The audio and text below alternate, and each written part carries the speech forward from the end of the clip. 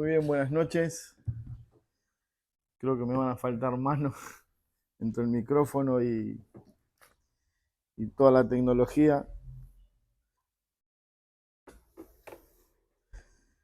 Muy bien, hermanos, quiero invitarlos a que puedan buscar ahí en sus Biblias la primera carta de Pablo a los tesalonicenses. Es ahí donde estamos meditando hace varios miércoles y realmente creemos que ha sido una bendición para nuestras almas poder ver no solamente cómo una iglesia joven, recién nacida prácticamente, pudo desarrollarse de manera natural con la ayuda de Dios. Y eso también es un medio para reflejarnos, ¿no? Somos una iglesia joven también y podemos ver y anhelamos ver el crecimiento que Dios va dando a su pueblo. Vamos a leer ahí capítulo 5 de Primera Tesalonicenses. Del versículo 1 hasta el 6 vamos a leer. Quiero hacer una aclaración breve, pero importante. Creemos que el pasaje naturalmente va desde el 1 hasta el 11, esa sería toda la idea que Pablo está desarrollando, pero no nos daría el tiempo para poder tratar como corresponde todo el pasaje. Entonces decidimos con los hermanos dividirlo del 1 al 6 y luego el próximo miércoles se tomaría el versículo 7 en adelante hasta el 11 y así terminaríamos lo que sería el primer párrafo natural del capítulo 5. Como ustedes recordarán, bueno, nuestro hermano Ale estuvo predicando el miércoles pasado acerca del capítulo 4, versículo 13 al 18, y hay una importante enseñanza que Pablo está dando a los hermanos. Hay una cuestión de preocupación, de ansiedad en los hermanos por el hecho de que no sabían qué iba a pasar con aquellos que habían muerto en el Señor, que habían muerto antes de que el Señor viniera, esa era la idea. Entonces Pablo comienza a hablarle acerca de la venida del Señor y acerca de la resurrección de los muertos y comienza a enseñarles, pero su intención no es solamente hablarles acerca de los eventos escatológicos que está mencionando la Biblia, sino que fundamentalmente encontramos la razón de toda la enseñanza en el versículo 18, donde dice, por tanto, alentaos los unos a los otros con estas palabras. Y por muchos años este versículo ha sido de gran aliento para mi alma y considero que es importante para nosotros como iglesia, o deberíamos verlo así, porque por un lado si entendemos bien el pasaje, Pablo está hablando de un evento particular, la iglesia está viviendo un momento de tensión, de desaliento, de afán, por toda la situación que él está enseñando, pero también nos lleva a considerar que la vida de la iglesia es un poco esa dinámica, donde vamos a tener altas y bajas, donde vamos a tener problemas, conflictos que nos desalienten. Y si usted nota, no dice Pablo, yo los voy a alentar, sino que dice, alentaos los unos a los otros. Lo que Pablo estaba llamando a hacer a la iglesia es que luego de la enseñanza que él había compartido, cada uno de los hermanos tenían que ser como un repetidor de esas verdades y de esa manera ellos iban a ser alentados. Y creo que esa es la dinámica que debe vivir la iglesia. No de manera particular con la doctrina de la venida del Señor, sino con todas verdades que el Señor ha dejado en su palabra. Nosotros debemos alentarnos los unos a los otros con la palabra de Dios. Luego de decir esa verdad preciosa, Pablo dice en el versículo 1, pero acerca de los tiempos y de las ocasiones no tenéis necesidad, hermanos, de que yo os escriba, porque vosotros sabéis perfectamente que el día del Señor vendrá así como ladrón en la noche, que cuando digan paz y seguridad, entonces vendrán sobre ellos destrucción repentina, como los dolores a la mujer encinta, y no escaparán. Mas vosotros, hermanos, no estáis en tinieblas para que aquel día os sorprenda como ladrón, porque todos vosotros sois hijos de luz e hijos del día. No somos de la noche ni de las tinieblas. Por tanto, no durmamos como los demás, sino velemos y seamos sobrios. Hermanos, me gustaría orar una vez más, pedir al Señor su ayuda y que Él nos acompañe en este tiempo, ¿sí? Oremos. Señor Padre, gracias queremos darte por la iglesia, gracias porque a pesar de todas las cosas, tú permites que tu pueblo se reúna, que podamos tener un lugar confortable, cómodo, para reunirnos, para vernos, para, Señor, alentarnos los unos a los otros, pero sobre todas las cosas para que tu palabra sea la razón que nos congrega cada reunión. Te pedimos en esta noche, Señor, que tú nos ayudes a lidiar con nuestro cansancio, con nuestra fatiga, que guardes nuestras mentes y que estemos enfocados en tu palabra, en la verdad de tu espíritu. Y Señor, te rogamos que tú nos hables en esta noche, que nos enseñes y que tu palabra sea puesta en alto y honrada para la gloria de tu nombre. Señor, bendice tu iglesia, te lo pedimos en el nombre de Cristo. Amén. Recuerdo hace varios años, muchos años atrás, había un revuelo en la nación, en todo el país, porque iba a pasar un cometa, creo que era el cometa Halley, no sé si está bien dicho, pero me acuerdo que era chico y que todos los vecinos, amigos, estaban completamente enloquecidos porque se había anunciado por la tele, por la radio, de que el cometa iba a pasar y todos queríamos ver un cometa. No teníamos ni idea, por lo menos yo no tenía ni idea lo que era, pero como todos estaban abocados a esa locura de ver el cometa. Me acuerdo que pasamos como hasta las 3 de la mañana esperando que el cometa pase y yo creo que me venció el sueño y jamás vi el cometa, pero me acuerdo patente de cómo todos estábamos mirando el cielo y esperando que el bendito cometa pasara y me lo perdí. Algunos dicen que lo vieron, dudo de esa afirmación, pero pensaba en el pasaje que hemos leído hace un momento y es un poco la expectativa que Pablo está transmitiendo a los hermanos. Me hacía pensar en esa ocasión donde por algo mucho menos insignificante que la venida de nuestro Señor, deberíamos estar expectantes. La figura que Pablo va a usar en un momento más es la de un ladrón. La de un ladrón que sabemos que anda merodeando por ahí. Que alguien nos dijera, che, ¿sabés que me enteré que va a venir un delincuente a tu casa y quiere entrar y quiere robarte? ¿Cuál sería nuestra reacción? Bueno, seguramente la de estar velando, estar expectantes, estar, bueno, con todas las precauciones necesarias para que ese ladrón no entre a nuestra casa y haga daño. Y eso es un poco lo que Pablo está comunicando a los hermanos, que no duerman porque el Señor viene. No duermas, el Señor viene. Ese es el título de nuestra enseñanza en esta noche, pero también es la enseñanza que Dios ha dejado en su palabra en este capítulo 5. Y si nosotros nos ponemos en la carta y consideramos lo que mencionábamos ante Pablo, ya ha hablado de la venida del Señor, o por lo menos ha hablado acerca de que, bueno, los muertos en Cristo van a resucitar primero y luego nosotros los que quedamos seremos arrebatados con el Señor en el aire. Bueno, está hablando de que el Señor va a venir a buscar a su iglesia. Y esto está íntimamente ligado a nosotros, a la vida de la iglesia, a la vida del Hijo de Dios. Pero sin embargo, en el capítulo 5, Pablo va a hablar de un tema similar, pero no es lo mismo. Pablo va a hablar del día del Señor. Versículo 2 dice, el día del Señor vendrá como ladrón en la noche. Y si bien está hablando de un evento similar, no está hablando de lo mismo, está hablando de un evento que tiene que ver con el incrédulo.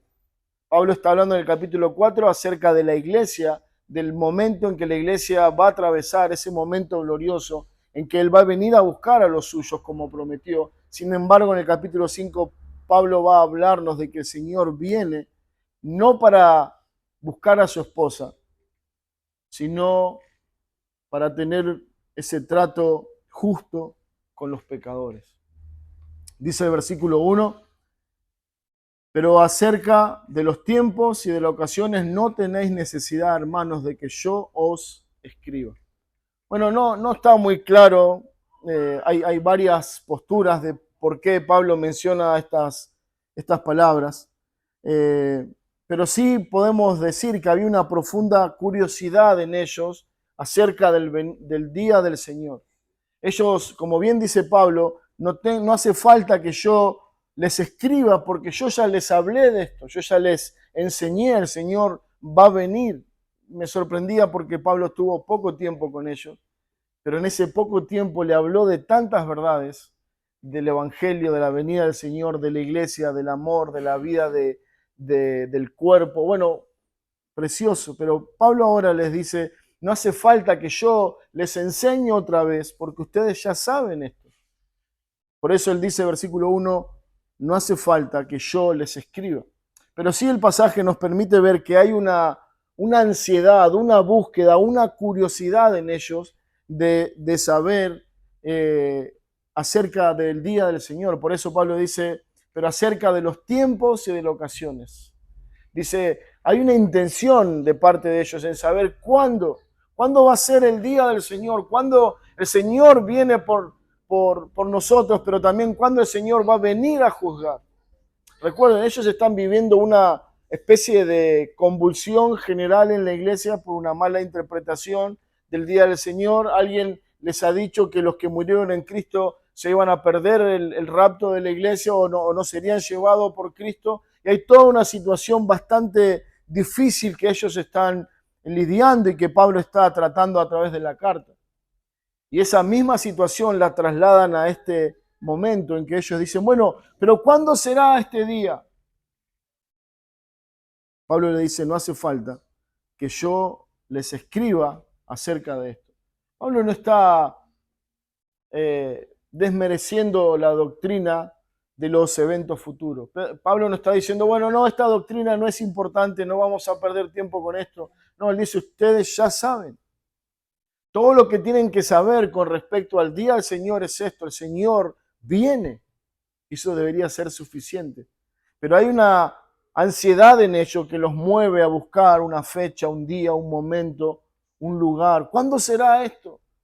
Bueno, hemos conocido varios hombres en nuestra generación que han dicho, ¿no? Bueno, el Señor va a venir tal fecha y acá estamos, el Señor no vino, pero creemos que el Señor viene, que Él vendrá por su iglesia. Bueno, eso es lo que está pasando. Pero dice el versículo 2, pero vosotros sabéis perfectamente. ¿Cómo Pablo puede decir esto? ¿O cómo él puede afirmarle? Ustedes saben perfectamente, ustedes fueron correctamente enseñados con respecto a este tema, de tal modo que no hace falta que yo profundice o amplíe el concepto, porque ustedes saben perfectamente que el día del Señor vendrá. Hay una afirmación preciosa ahí que Pablo está haciendo. Lo que Pablo está diciendo a los hermanos es todo lo que ustedes necesitan saber es esto. El Señor viene y viene pronto. Y eso debería cambiar radicalmente nuestra vida, nuestra cabeza, nuestra manera de vivir. Bueno, los tesalonicenses conocían la doctrina bíblica de las últimas cosas, pero había algunas cosas, algunos detalles que posiblemente ellos habían olvidado. Entonces como que Pablo se ve la necesidad de aclarar algunas realidades espirituales. Pero cuando nosotros pensamos en esta petición que de alguna manera Pablo nos está permitiendo entender, nos lleva a considerar a los discípulos. Cuando el Señor está hablando en Mateo 24, ellos le preguntan a Cristo y le dicen, dinos, ¿cuándo serán estas cosas? ¿Y qué señal habrá de tu venida y del fin del siglo? Es como que hablar de la venida del Señor es como presionar un botón en nuestra cabeza que queremos detalles, queremos conclusiones, queremos que se nos diga, bueno, en tal lugar, en tal momento, esta va a ser la manera y el Señor vendrá. Y Pablo dice, lo que tiene que ser suficiente para ustedes es saber que el que prometió que vendrá es fiel y Él cumplirá. Eso debería ser tu esperanza, esa debería ser tu certeza, pero Pablo les dice, no hace falta que yo hable más acerca de esto. El Señor hace referencia a lo mismo en Marcos 13, cuando dice, pero de aquel día y de la hora nadie sabe, ni los ángeles que están en el cielo, ni aún el Hijo lo sabe, sino solo el Padre. Cristo está hablando con los discípulos y dice, nadie sabe ese día. Pablo le está diciendo, no hace falta que yo hable más de esto. Ustedes tienen que saber que el Señor viene y que Él viene pronto.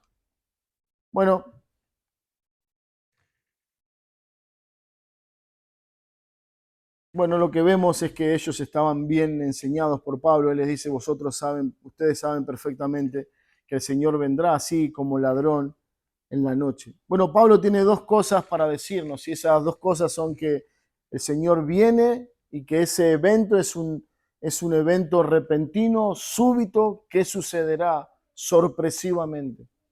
Lo que Pablo les está afirmando, por un lado dice, no hace falta ampliar esto, lo que ustedes tienen que saber es que el Señor viene con total seguridad, Él viene y todos serán sorprendidos. Bueno, esa es la gran diferencia entre la iglesia y el incrédulo. El incrédulo no está esperando a Cristo.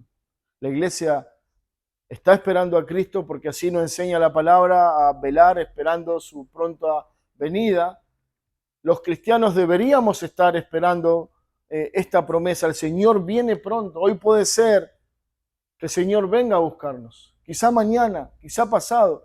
Pero debemos vivir con esa expectación bajo esta realidad espiritual. El Señor viene. Y eso es lo que Pablo les está diciendo. Ustedes tienen que saber que el día del Señor vendrá así como ladrón en la noche. Esta expresión, el día del Señor, es usada de dos maneras en las Escrituras. Por un lado, para hablarnos acerca del día domingo, el día del Señor, el día que la iglesia vivió y practicó a través de toda la historia como el día del Señor, el día en que nuestro Salvador resucitó, el día en que Él se mostró resucitado. Y ese es el día en que la iglesia se reúne, se congrega, lo aparta como un día especial para celebrar la victoria de nuestro Salvador. Ese es el día del Señor. Pero hay otra manera en que lo usa y es con un sentido escatológico, profético, y o se refiere, mejor dicho, a el día en que el Señor viene a juzgar esta tierra. Dice Isaías 13:6, aullad, porque cerca está el día de Jehová. Vendrá como asolamiento del Todopoderoso. Por tanto, toda mano se debilitará y desfallecerá todo corazón de hombre. Y se llenará de temor, angustias y dolores, y se apoderarán de ellos. Tendrán dolores como mujer de parto. Se asombrará cada cual a mirar a su compañero, sus rostros, rostros de llamas. He aquí, el día de Jehová viene, terrible y de indignación y ardor de ira, para convertir la tierra en soledad y raer de ella a sus pecadores. Bueno, es un panorama difícil de digerir.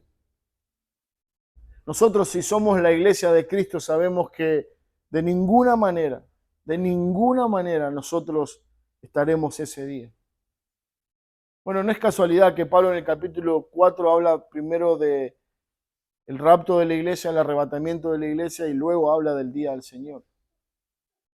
Bueno, de alguna manera nos hace entender que la iglesia no estará en ese momento, pero sí Isaías nos permite ver la gravedad del juicio que Dios derramará sobre la tierra en el día de Jehová. Bueno, es como un término intercambiable, día de Jehová, día del Señor. Lo vamos a encontrar, como en este caso Pablo lo menciona, como el día del Señor. Están haciendo referencia al mismo evento. Sofonías 1:14 dice, este terrible día del Señor está cerca, viene deprisa, un día de llanto amargo, un día cuando aún los hombres fuertes clamarán. Será un día cuando el Señor derramará su ira, un día de terrible aflicción y angustia, un día de ruina y desolación, un día de oscuridad y penumbra, un día de nubes y de negrura. Bueno, este era el relato profético acerca del día del Señor. Y eso es lo que Pablo les está diciendo, el día del Señor vendrá, se está refiriendo a este día. Se está refiriendo al juicio de Dios sobre todos los pecadores. Se está refiriendo que a todos aquellos que rechazan el Evangelio, que dan la espalda a Dios y a su llamado al arrepentimiento, atravesarán este día. Es un día para considerar. Es un día en el que Pablo dice, este día vendrá pronto, súbitamente, no fallará, este día está llegando. Y querido amigo, en esta noche es un día para considerar tu alma a la luz de esta realidad espiritual. Si estás en Cristo, no hay nada que temer. Estamos seguros en Él. En un momento más Pablo va a hablar de eso.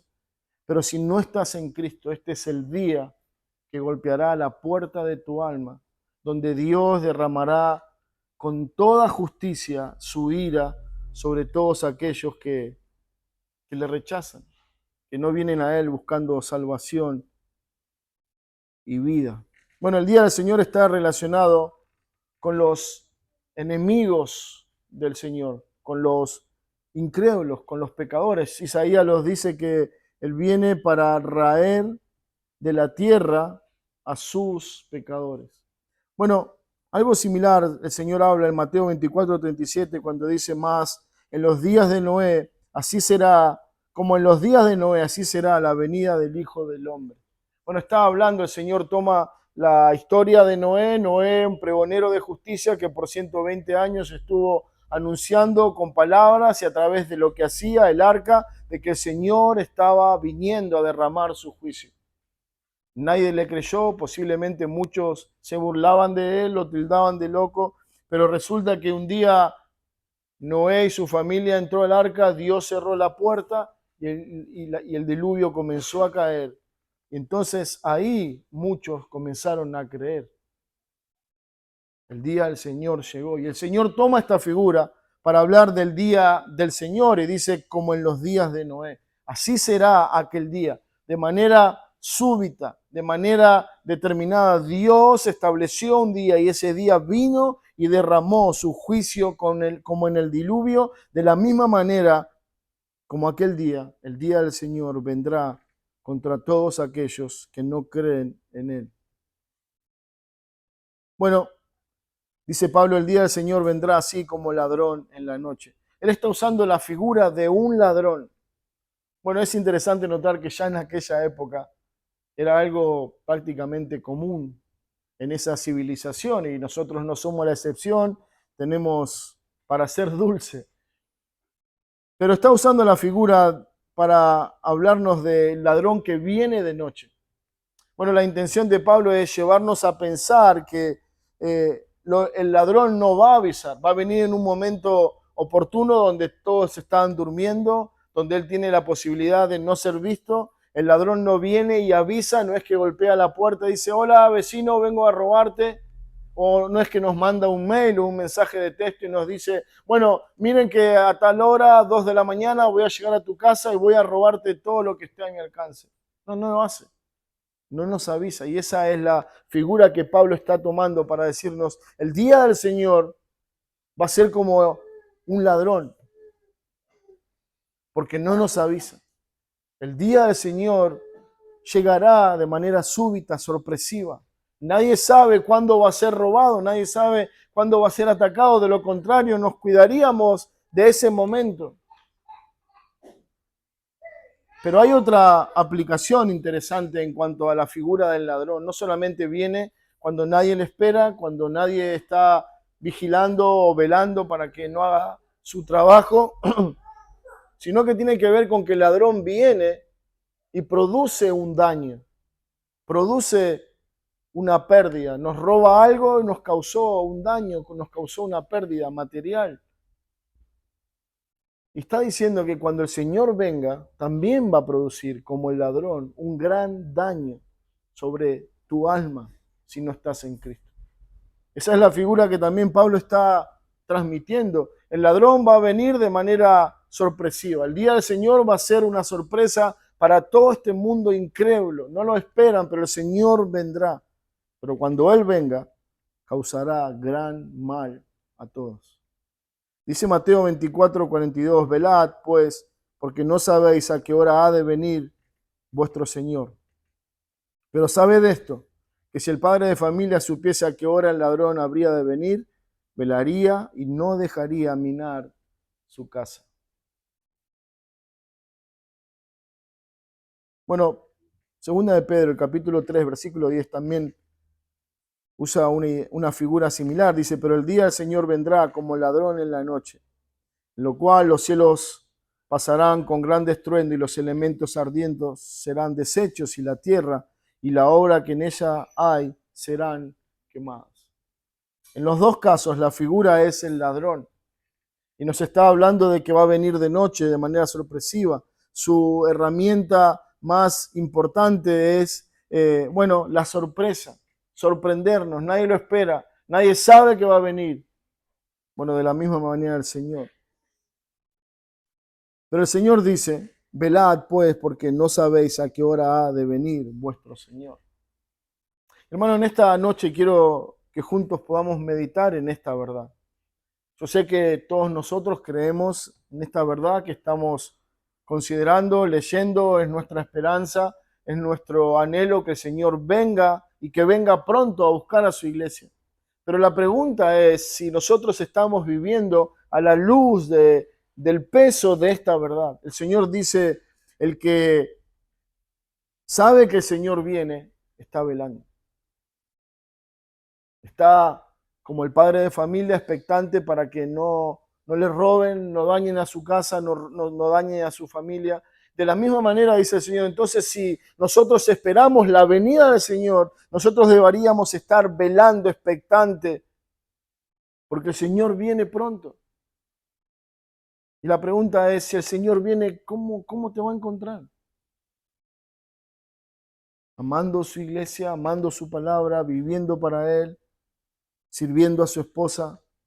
Dice el Señor, velad pues, porque no sabéis a qué hora ha de venir nuestro Señor. Bueno, Pedro usa la figura del Señor como ladrón. La idea central de esta figura es que llegará de manera súbita, inesperada, para que los que no estén preparados sufran las consecuencias. De la misma manera también, esta enseñanza de Pablo a los tesalonicenses no es con la intención de producirles temor, vergüenza, miedo, sino al contrario, animarlos. Esa es la intención que Pablo tiene y esa debe ser la aplicación práctica para nosotros en esta noche. Hermanos, el Señor viene. ¿Lo crees? Puede ser que hoy ni terminemos de salir de este lugar y el Señor nos lleve con Él para siempre. Pero esto nos tiene que llevar a considerar que si verdaderamente creemos en que el Señor viene por su iglesia, entonces debemos vivir de una manera consecuente a esta verdad. El versículo 3 de este capítulo 5 dice, en cuanto digan paz y seguridad, entonces vendrá sobre ellos destrucción repentina como los dolores a la mujer encinta y no escaparán. Pablo, no conforme con la figura del ladrón, ahora nos trae otra figura y es la de una mujer embarazada, una mujer encinta, una mujer que está en su tiempo de embarazo, quizás en sus últimas semanas, y ahí no sabe que está pronto a nacer, pero no sabe cuándo va a nacer. Y Pablo dice, la venida del Señor es como una mujer embarazada. Los dolores comienzan a venir cada vez más frecuente, y eso nos va a indicar que el niño va a nacer, pero la intención de Pablo no es acá hablarnos acerca de que un niño va a nacer, sino que la intención de Pablo es hablarnos de que cuando esos dolores vienen, está anunciando que el niño van a ser. Y de la misma manera, dice la figura, es que cuando el Señor se determine venir, vendrá. Bueno, hay una figura que antecede a esto es cuando digan paz y seguridad. Bueno, esta es una expresión utilizada por el Imperio Romano y que era usada como una propaganda para mostrar las riquezas y las virtudes del Imperio Romano. Ellos decían, solo bajo el reino de César y solo bajo el Imperio Romano podrán tener paz y seguridad, no en otro lugar. Y estaban tan convencidos de esto que ellos en sus monedas ponían la frase paz y seguridad. Después, bueno, levantaban monumentos que decían paz y seguridad o la seguridad de Augusto, del emperador. Bueno, algunos dicen que eso es de donde Pablo toma la idea para decir, bueno, así como Roma decía paz y seguridad, y no había paz y seguridad, así será en aquel tiempo.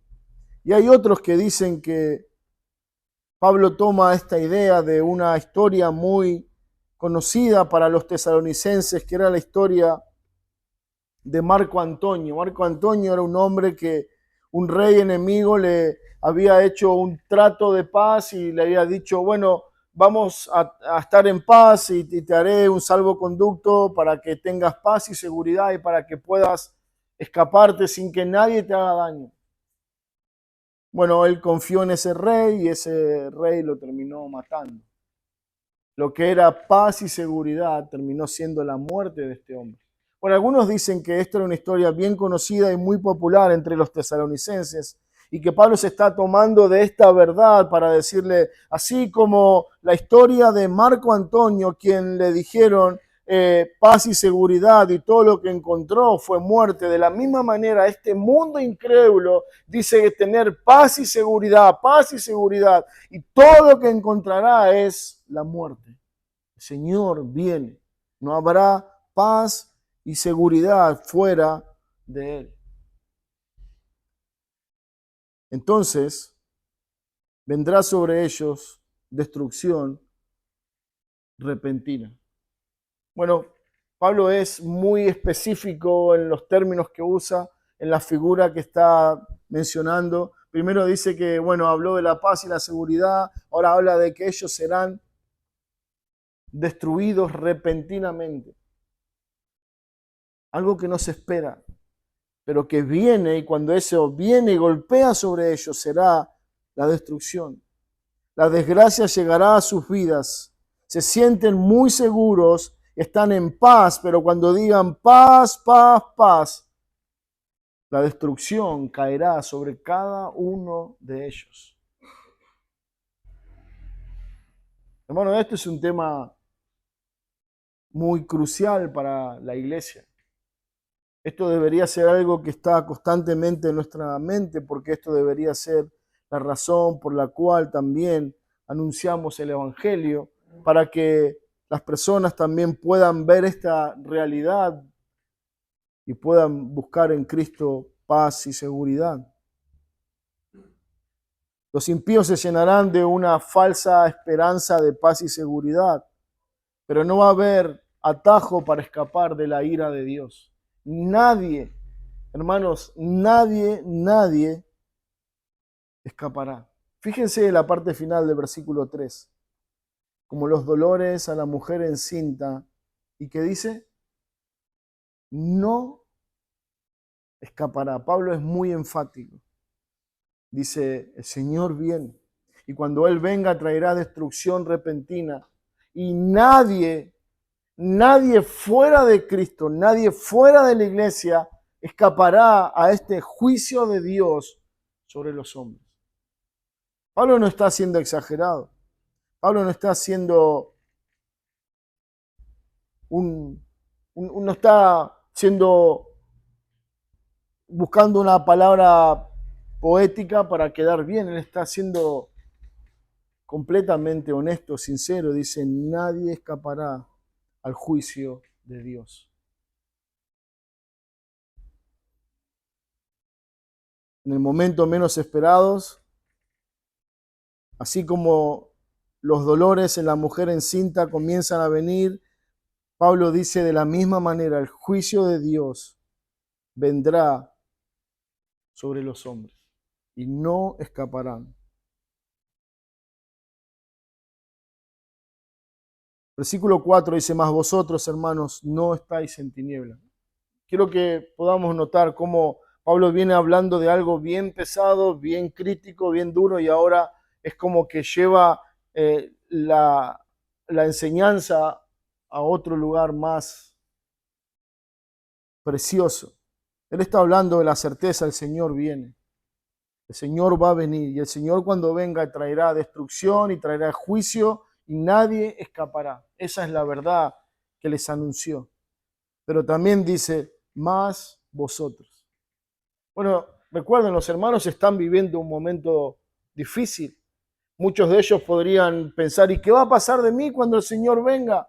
¿Qué va a pasar y si el Señor me encuentra fuera de su voluntad o haciendo algo incorrecto? ¿Será que ese juicio, esa destrucción caerá sobre mí? Pablo entonces aclara y dice, más vosotros, iglesia de Cristo, más vosotros, hermanos, creyentes, hijos de Dios, hermanos comprados por la misma sangre, no estáis en tiniebla para que aquel día os sorprenda como ladrón.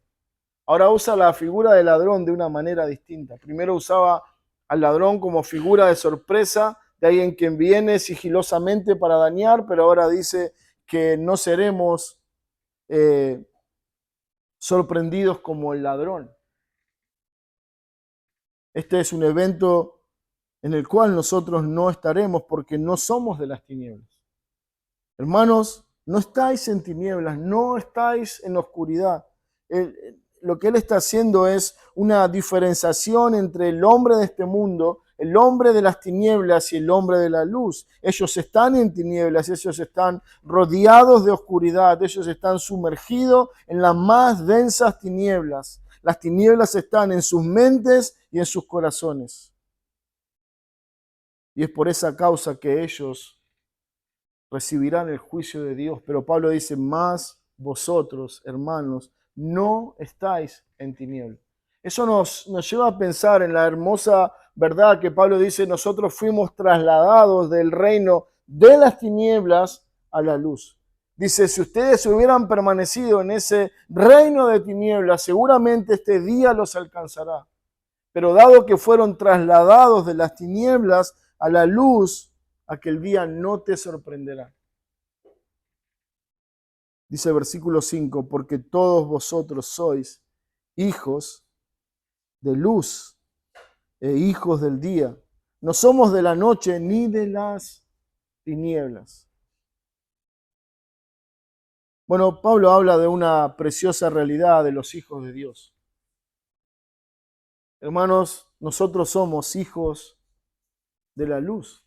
Dios es luz y los que están en Él son luz. Dios nos ha llamado a nosotros a ser luminares en este mundo, a brillar como hijos de luz, a brillar en medio de un mundo que está en tinieblas. Pablo lo dice en Efesios de esta manera, porque en otro tiempo erais tinieblas, mas ahora soy luz en el Señor. Andad como hijos de luz. Bueno, la idea de este pasaje es poder considerar de que nosotros somos hijos de luz. Por eso Pablo dice, versículo 4 que leíamos, ustedes no son de las tinieblas. Ustedes no pertenecen ya más a ese reino. ¿Por qué? Porque por la gracia de Dios, por el obrar de nuestro Dios que es luz, ustedes son ahora hijos de luz. Ya no son más de las tinieblas. Juan 8:12 dice, otra vez Jesús les habló diciendo, dice, yo soy la luz del mundo. El que me sigue no andará en tinieblas, sino que tendrá la luz de la vida.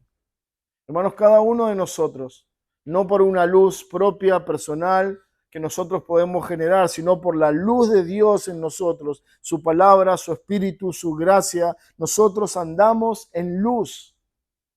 Esa luz no solamente tiene que ver con algo que nosotros mostramos, sino que esa luz nos ayuda a poder identificar la voluntad de Dios, a entender que el Señor ha determinado un día y que ese día viene pronto. Nosotros no estamos en tiniebla, no tenemos una percepción nublada en cuanto a lo que va a suceder con esta tierra. Nosotros fuimos iluminados por la palabra de Dios y sabemos que la palabra de Dios dice, el Señor vendrá como ladrón en la noche. No estás en tiniebla. Fuimos iluminados por la palabra y la palabra nos ha mostrado que el Señor ha determinado un día que Él cumplirá. Ahora, el llamado de Pablo a los hermanos es a vivir en consecuencia a esa luz que tenemos. Dice, hermanos, recuerden, ustedes no son de las tinieblas. Ustedes no pueden vivir ignorando esta verdad gloriosa del Evangelio. Ustedes no pueden vivir como si estuvieran sin conocer esta verdad. Ustedes no pueden vivir ignorando esta realidad. Ustedes tienen que vivir como hijos de luz, como hijos del día, como hijos que brillan, que no pertenecen a la noche ni a las tinieblas, no pertenecemos al pecado, el pecado ya no nos domina, ya no hay oscuridad en nosotros. Por lo tanto, dado que pertenecemos a la luz y somos hijos de luz, escaparemos de ese día, que será el día de todos aquellos que están en tinieblas. Versículo 6 dice, por tanto, no durmamos como los demás, sino velemos y seamos sobrios. Bueno, Pablo ya les habló de una cuestión que ellos estaban ahí interesados en saber. Sus cabezas querían tener detalles, datos, momentos, exactitud. Y Pablo dice, no hace falta que hablen más acerca de esto. Le dio algunos detalles, les recordó algunos principios y luego los exhorta a decir, hermanos, nosotros no somos hijos de las tinieblas para que seamos sorprendidos en la oscuridad. Y ahora retoma esa idea y dice, por tanto, no durmamos como los demás, sino velemos y seamos sobrios. Esta palabra que Pablo usa en el versículo 6, por tanto, bueno, tiene la intención de unir por tanto a todo lo que está diciendo atrás. Es como que él podría decir, así que por eso, entonces, en consecuencia a lo que dije, no durmamos. Hermanos, en esta noche quiero poner todo mi empeño en llevarte a considerar la realidad del día del Señor. El Señor viene. El Señor viene por su iglesia y el Señor viene a juzgar a este mundo. No sabemos cuánto tiempo más vamos a tener. No sabemos cuánto tiempo más vamos a tener para hablar del Evangelio con nuestros seres amados. No sabemos cuánto tiempo más vamos a tener para servir al Señor como debe ser servido, para conocerlo, para buscarle, para proclamarle, para honrarle como Él debe ser. Quizás esta sea la última reunión que tengamos juntos. Quizás este año, no sabemos. Pero hay una realidad que debe impactar nuestra mente y nuestro corazón y es que el Señor viene. Eso es motivo suficiente. No debe importarnos como si buscaban los tesalonicenses saber un día, una hora. Recuerdo, le comentaba algo a los hermanos el domingo y vino a mi mente una vez más. Tenía un compañero de trabajo y siempre hablaba con él del Evangelio y él a modo de burla y de chiste, bueno, como que me hacía preguntas. Y siempre terminábamos la charla de esta manera. Él decía, bueno, pero como seres humanos hasta el último momento de nuestra vida podemos arrepentirnos y creer en Cristo. Bueno, la verdad es que él no sabía cuándo iba a ser su último momento. Él no sabía si antes de que él muriera el día del Señor vendrá y la destrucción caería sobre ellos y nadie escaparía de ese juicio. Y no habría oportunidad de arrepentimiento. El arrepentimiento, hermanos, es una gracia que Dios da, es una gracia salvadora. No es algo que nosotros generamos, es algo que el Espíritu de Dios genera en mí. Si hay arrepentimiento en tu vida y en mi vida, no es por nosotros, es porque Dios está obrando en nosotros. Pero Pablo nos lleva a una conclusión interesante y dice, velemos, seamos sobrios. Posiblemente Estos hermanos estaban tan empeñados en detalles, en conclusiones, en tener una certeza sobre algo que no hay certeza, que se habían olvidado de lo importante de esta enseñanza de Pablo. Ellos se habían quedado en lo periférico, en los detalles, en, bueno, ¿será que el Señor vendrá un martes, un viernes, un domingo, un lunes? Y se olvidaron que la enseñanza de Pablo no se trataba de impulsar su curiosidad, sino de vivir comprometido con el Evangelio, porque el Señor viene. Y que nosotros deberíamos estar velando, que nosotros deberíamos estar expectantes, vigilantes, sobrios, porque el Señor viene por mí. Por eso Pablo usa dos palabras que dice velemos y seamos sobrios. Esa palabra velar, bueno, está relacionado con ser vigilante, significa vivir una vida en santidad, consciente de la pronta venida del Señor y del día del juicio. Y se da a entender de una vida espiritual activa, comprometida con el Señor. La razón por la que hay muy poco compromiso en las iglesias en cuanto al Señor, el Evangelio, el vivir en santidad, el vivir obedeciendo la palabra, es porque creemos muy poco en que el Señor viene. Hermano, piensa por un segundo. ¿Cuál sería tu reacción si con todo tu corazón hoy creyeras que el Señor va a entrar por esa puerta? ¿Qué no haríamos para estar bien, para recibirlo bien, para estar en ese momento de la manera más adecuada? Y eso debería impactar, o así debería impactar esa verdad en nuestra vida, porque esta es una verdad eterna y preciosa. Por eso Pablo dice, debemos estar velando, debemos ser vigilantes, debemos traer siempre a nuestra memoria, el Señor está viniendo.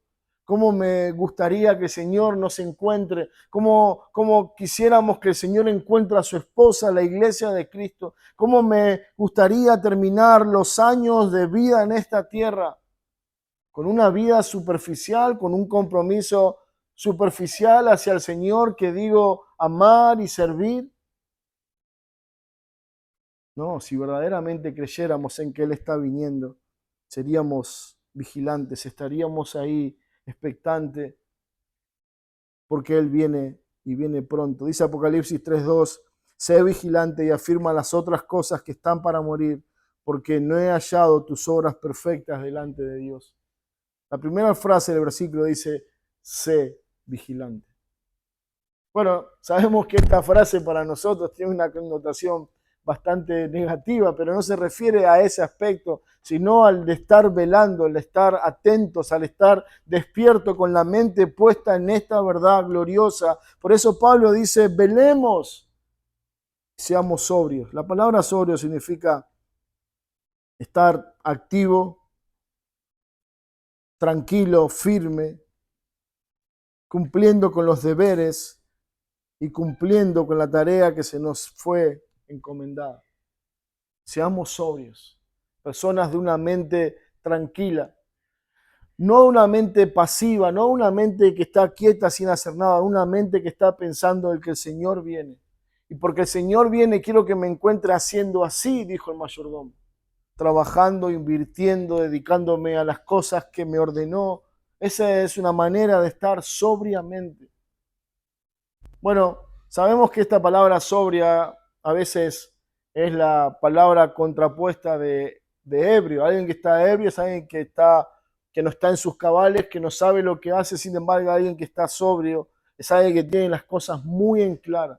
Sabe hacia dónde va, sabe lo que quiere, sabe lo que tiene que hacer. Y es un poco esa la realidad de lo que Pablo está llamando. Dado que nosotros sabemos que Él viene, estemos atentos y seamos sobrios, seamos consecuentes, a esta verdad preciosa. De manera entonces que podemos concluir en una exhortación general que Pablo nos llama a no olvidarnos de esta verdad, a no estar desprevenidos, sino a estar preparados, alertas, firmes. Hermanos, el llamado del Evangelio es un llamado a la verdad. un llamado que debe impactar tu vida. No puede ser el Evangelio un complemento como otras tantas cosas en tu vida, como ir a un gimnasio, como salir a correr, como hacer fútbol, como comer un asado. No, el Evangelio es tu vida. Y si no es así, bueno, pide al Señor su ayuda. Porque el Evangelio en el cual somos llamados a creer es un Evangelio que cambia nuestra vida, que nos transforma para siempre, que nos llama a poner los ojos en Cristo, el autor y el consumador de nuestra fe. Hermanos, Señor viene, no duermas. Señor viene, viene por ti, esa es tu esperanza, esta es tu tranquilidad, ese es tu gozo. Cuando Él venga, todo nuestro pesar, toda nuestra lucha, todo nuestro afán, todo desánimo, todo se desaparecerá por siempre. Porque como dice Pablo en el capítulo 4, y entonces estaremos siempre con el Señor. No se trata acá de una simple expectación para no ser sorprendido y entonces, bueno, nos encontrará mal el Señor, sino que también tiene un aspecto de estimularnos, de ayudarnos a decir, bueno, el Señor viene, qué hermoso día, qué día glorioso, qué día que anhelo con toda mi alma, porque ese día será cuando verdaderamente comencemos a vivir y a disfrutar la obra de redención que Él logró para nosotros. Hermano, el Señor viene pronto, por lo tanto, como dice Pablo y como dice su palabra, no durmamos. Oremos y terminemos con este tiempo. Señor Padre, gracias te damos por Cristo, por su obra. Gracias Señor, porque es en Él que tenemos esperanza, seguridad, paz. Solo en Cristo podemos estar seguros. Solo es en Él que escaparemos de la ira de Dios. Oh Señor, ese día tuyo, cuando vengas a dar el pago a los hombres de sus maldades y su rebelión, será un día de terror, día de pánico, día de estupor, dice tu palabra. Pero sabemos que la única razón por la que no estaremos en ese día es porque formamos parte de tu iglesia, la iglesia de Cristo, la iglesia que Él compró con sangre. Por eso nosotros, los que estamos en Cristo, estamos seguros y expectantes de su pronta venida. Oh sí, Señor, ven pronto por tu iglesia, ven pronto por tu pueblo. Y mientras tú vienes, Señor, ayúdanos a vivir con un corazón puesto en esta verdad, con un corazón que vive y que late en esta esperanza. Señor, bendice a tu iglesia y bendice tu palabra. En el nombre de Cristo. Amén.